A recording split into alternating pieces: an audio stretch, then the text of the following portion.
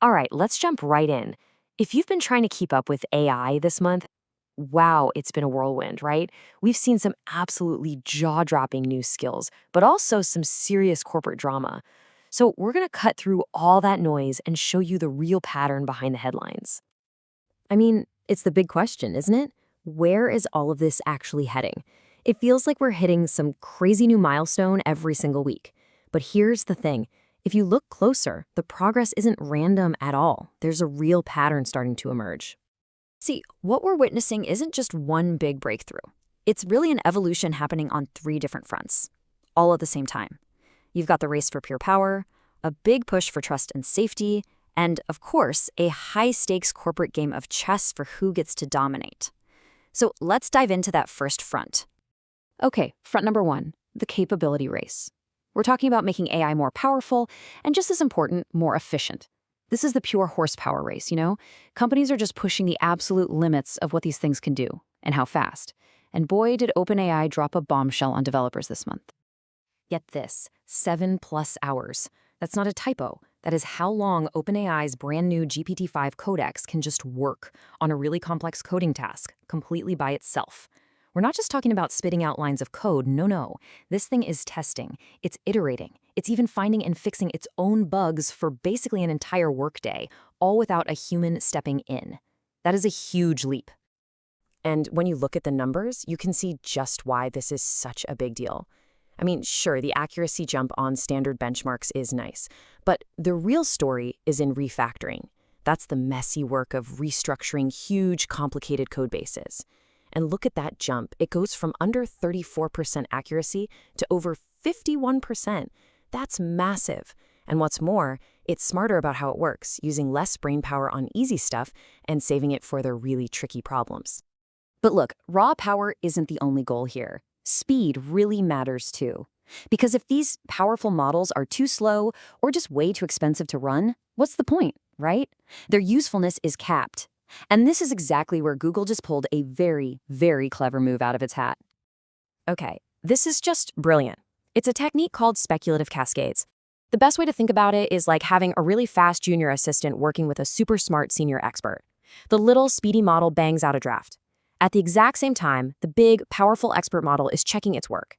But here's the secret sauce, that third step. It doesn't need a perfect word-for-word match to approve the draft. It's flexible. It allows for a little stylistic differences, and that small change, well, it speeds the whole process up like crazy without losing the quality. All right, that brings us to our second front, because as these AI models get more and more powerful, the foundations they're built on, they become absolutely critical. This is all about building a better bedrock.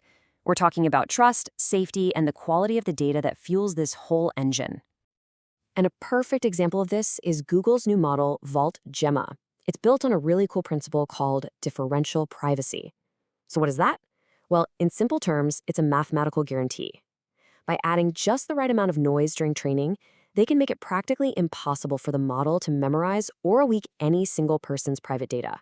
We're talking phone numbers, passwords, medical info, anything. It just can't do it. And this really highlights a huge trade-off that's emerging in the AI world. On one side, you have these performance-first models that are going for maximum accuracy. On the other, you have something like Vault Gemma. Now, with Vault Gemma, you do give up a little bit of that bleeding-edge performance. It's kind of on par with models from a couple of years back, but what you get in return is rock-solid privacy. And for industries like finance or healthcare, where data security isn't just a feature, it's a requirement, well, this is a total game changer. But building that strong bedrock isn't just about keeping data safe. It's also about making sure the data you're using to train these things is actually better and way more diverse in the first place. And speaking of better data, check out this number, 17 million. That's how many unique, curated images are in a brand new dataset from Hugging Face called Fine Vision. And let me be clear, this isn't just some random data dump from the internet. This is the largest curated, open dataset ever released for training vision models. That's a huge deal. And the diversity here is really the key. Fine Vision brings in totally new and often overlooked categories, like GUI navigation, understanding buttons and menus on a screen, and even just simple counting. This is so important because it helps models go beyond just what is this a picture of, to understanding how to interact with an interface or how many things are in a scene. These are the kinds of skills you need for more advanced, useful AI. And what they found was fascinating. Training on this huge, diverse, slightly messy dataset actually gave them better results than trying to make a smaller, perfect one. Okay, so you've got this incredible new power, right? And it's all being built on this increasingly valuable bedrock of data. So what happens next? Well, that brings us to our third and final front, the AI power play. A high-stakes corporate battle to control the future of AI was pretty much inevitable, and it is happening right now. So the big news this month, after what sounds like some very tense negotiations, Microsoft and OpenAI have called a truce, and it's a big one. It paves the way for OpenAI to finally restructure into a for-profit company. Now, under the proposed deal, you can see Microsoft and the original OpenAI nonprofit would each get a massive 30% piece of the pie. The whole point here is to create a more normal, stable corporate structure that investors can actually get behind. And believe me, they need to move fast. The pressure is absolutely on. Why? Because if OpenAI can't get this restructuring done by the end of the year, a staggering $19 billion in funding could just disappear. The stakes literally could not be higher. But here's where it gets really interesting. Even with this enormous investment, don't think for a second that Microsoft is putting all its eggs in the OpenAI basket. This is a classic corporate power move. They are hedging their bets big time. We know they're actively testing models from major rivals like Anthropic and xAI to potentially use in their own products. It's a crystal clear sign that in this game, even the biggest players are keeping all of their options open. Okay, so we've looked at the incredible new capabilities, the big shifts in the foundations, and all this corporate maneuvering. So what does this all mean when you put it together? Well, it's pretty clear that AI isn't just evolving in one direction. It's pushing forward on all three fronts at the same time. You've got that nonstop capability race to make models more powerful and faster.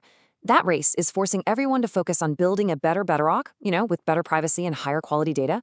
And running through all of it is that fierce AI power play, the corporate battle to own the future. And all of this leaves us with maybe the most important question of all. With AI advancing on all these fronts, who is ultimately going to benefit the most? Will it be the creators who are actually building these tools, the corporations who are bankrolling the whole thing? Or will it be us, the public, the people who will be using this stuff every single day? That's the real question we'll be watching as this story keeps unfolding. Thanks so much for joining me.